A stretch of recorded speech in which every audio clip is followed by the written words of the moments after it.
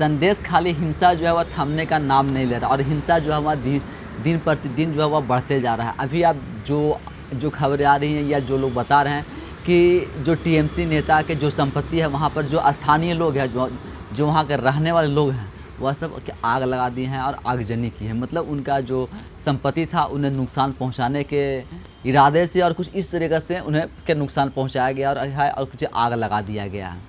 तो जिस टीएमसी नेता के लिए इतना धरना प्रदर्शन हो रहे हैं, जिनके ऊपर आरोप है कि महिला उत्पीड़न करने का, महिलाओं का यौन शोषण करने का और ज़बरदस्ती ज़मीन कब्जाने का, जिस टीएमसी शेख शाहजहां नेता के ऊपर आरोप लग रहा है, तो उसके भाई के कुछ एक मतलब मछली घर जो बताया जा रहा था, जो कि उनका मछली का सबसे बड़ा जो कारोबार है वह मछली का ही कारोबार है। उसी मछली कारोबार के लिए एक जो घर बनाया गया था, उसी घर में आग लगाने की बात निकल करके आ रही है। और जो एक और महिला का अभी एक दिन पहले ही ना रेप की घटनाएं भी वहाँ संदेश खाली से निकल कर के आई।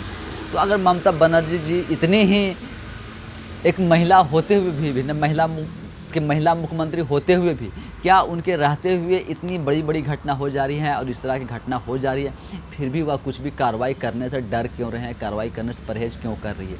क्योंकि उनके ही नेता हैं, टीएमसी नेता हैं शेख शाहजहां, और वह अभी तक उनकी गिरफ्तारी नहीं हुई है। उनके जगह पर अभी तक इस जो संदेश खाली की जो घटना है, हिंसा हुई है, जिस बर्बरता से और जो संवेदनशील इतनी बड़ी संवेदनशील मामला को भी, इस घटना में अभी तक ना 14 लोगों की ना गिरफ्तारी हुई है। लेकिन इस 14 लोग तो गिरफ्तारी हो गई है, लेकिन जो इसके मेन मास्टरमाइंड है, जिनके ऊपर सारा आरोप है, जो इसका मुख्य कर्ता धर्ता है, उनकी गिरफ्तारी अभी तक क्यों नहीं हुई है? आखिर उन्हें गिरफ्तार करने से ममता बनर्जी क्यों बच रही है? और ममता बनर्जी जी गिरफ्तारी करने के बजाय वह आपके आरएसएस का एजेंट और बीजेपी के कार्यकर्ता और बीजेपी पर आरोप लगा रही है कि वह दंगे करवा रही है, और आरएसएस के कार्यकर्ता जो है वह दंगे करवाते हैं और दंगे का आरोप उन पर मढ़ दे रही है। तो अपनी विफलता को वह इस तरह से न सिर्फ बयानबाजी दे करके और दूसरे पर आरोप लगा करके, और वह क्या साबित करना चाह रही हैं? क्योंकि राज्य का मुख्यमंत्री आप हैं, जब आपके रहते हुए भी घटना हो जा रही है, अगर कोई भी हिंसा कर रहा है, कोई इस तरह घटना को सपोर्ट कर रहा है और करवा रहा है, तो उस पर आप कार्रवाई क्यों नहीं कर रहे हैं? अपनी विफलता को न छुपाने के लिए सिर्फ बयान दे रहे हैं। और जब आप इस तरह के बयान दे रहे हैं कि नहीं, यह आरएसएस के गुंडों द्वारा या बीजेपी के गुंडों द्वारा और आरएसएस के द्वारा करवाया जा रहा है, तो जब आपको पता है कि उनके द्वारा करवाया जा रहा है, फिर उनको आप क्यों नहीं गिरफ्तार कर रहे हैं? भाई, उनको आप क्यों नहीं दबोच रहे हैं?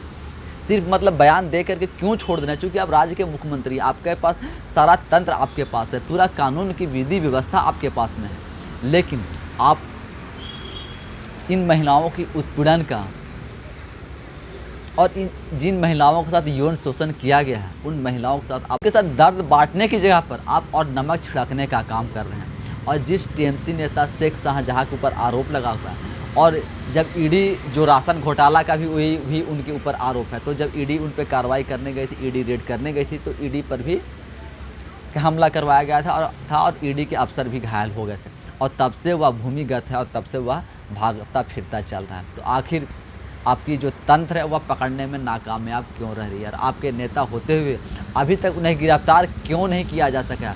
आखिर आपकी क्या मजबूरी है? या यह सब जो घटनाएं हुई हैं, यह सब घटनाएं आपको पहले से पता थी और आपको पता होते हुए भी, जानते हुए भी, और आँख बंद किए हुए थे? क्योंकि यह घटना आज नहीं घटना हुई है, जैसा वहाँ लोग बता रहे हैं कि यह 3-4 सालों से, बहुत वर्षों से इस घटना को वह अंजाम देते आ रहा है और करते आ रहा है। लेकिन आज जब मुखर होकर के महिलाओं धरना प्रदर्शन कर रही हैं, महिला इस तरह से अपनी आवाज़ उठा रही हैं, तो उन महिलाओं पर भी जो पुलिस की लाठियाँ बरसाई जा रही हैं, पुलिस द्वारा बर्बरता भी किया जा रहा है, कि पुलिस द्वारा भी ना कानूनी कार्रवाई की जा रही है। कानूनी कार्रवाई तो देखें तो जो कार्रवाई होनी चाहिए थी वह शेख शाहजहां के ऊपर होनी चाहिए थी, गिरफ्तारी उनकी होनी चाहिए थी, लेकिन अभी तक उनकी ना गिरफ्तारी हुई है और न ही उसे अभी तक पकड़ा जा सका। और यह भी पता नहीं चल पा रहा कि आखिर शेख शाहजहां कहाँ भाग गया है और कहाँ छिपे बैठा हुआ है। तो फिर आप एक महिला मुख्यमंत्री होने के नाते, और एक महिला मुख्यमंत्री होने का क्या फ़ायदा है कि जब महिला मुख्यमंत्री के रहते हुए महिला मुख्यमंत्री के नाक के नीचे ही महिलाओं का यौन शोषण किया जा रहा है, पार्टी कार्यालयों में न बुला करके यौन शोषण किया जा रहा है। इससे तो अच्छा होता है कि आप इस्तीफ़ा दे देते और आप इस्तीफ़ा दे करके शांत बैठ जाते, जिस तरह से आज शांत बैठे हुए कुछ कार्रवाई नहीं कर रहे हैं। संदेश खाली जैसी घटना जब आपके राज्य में होता है, तब आप ना कार्रवाई करते हैं, ना इस पर कुछ बोलते हैं। बोलते भी हैं तो बहुत दिनों के बाद जब पूरी घटना पूरी फैल जाती है, लोगों में इतना गुस्सा होता है, रोष रहता है, तब जा कर के आपका एक कमेंट्स आता है और कमेंट्स भी उन पर नहीं आकर के दूसरे पार्टी के नेताओं और कार्यकर्ताओं पर आरोप मार देते हैं। और अगर वह आरोप सही है तो उन पर भी आप कार्रवाई क्यों नहीं करते हैं। दूसरे राज्य की घटना को बहुत ही संवेदनशील बताते हैं और बहुत ही बढ़ चढ़ कर के उसमें हिस्सा लेने की बात करते हैं, ट्वीट पर ट्वीट करते हैं और मुखर होकर के आवाज़ उठाते हैं। लेकिन जब अपने ही राज्य में और अपने जगह पर या आपके कहें कि आपके घर में ही जब इस तरह की घटना होती है, तब तो आप चुप्पी साध लेते हैं और उस पर कुछ नहीं बोलते हैं। क्योंकि कलकत्ता हाई कोर्ट ने स्वतः संज्ञान लेकर के जब इस मामले को देखा और इस मामले पर वह कार्रवाई करने की बात और जब राज्य सरकार से रिपोर्ट मांगी, तब जाकर के आपकी आंखें खुली है और आपकी पुलिस की भी आंखें खुली है। क्योंकि इससे पहले ना आपकी पुलिस जो है वह ना एफआईआर दर्ज कर रही थी, ना केस ले रही थी, ना किसी को गिरफ्तार कर रही थी। लेकिन कलकत्ता हाई कोर्ट के संज्ञान के बाद पुलिस भी जागी है और जाकर के कुछ लोगों की गिरफ्तारी की गई है। लेकिन अभी भी जो मुख्य आरोपी हैं वह फरार चल रहे हैं और वह कब तक फरार रहेगा और कब तक उसे भागने और भगाने में आपकी सरकार या आपके नेता कार्यकर्ता उन्हें समर्थन देते रहेंगे और सपोर्ट करते रहेंगे। क्योंकि संदेश खाली वाला जो मामला है वह अब सिर्फ आपके राज्य का मामला बन करके नहीं रहेगा, पूरी देश की मीडिया का नज़र उस पर बना हुआ है। लेकिन आपके नज़र से यह दूर कैसे हो जा रहा है और आपके नज़र वहाँ तक क्यों नहीं जा पा रहा है? आखिर क्या मजबूरी है?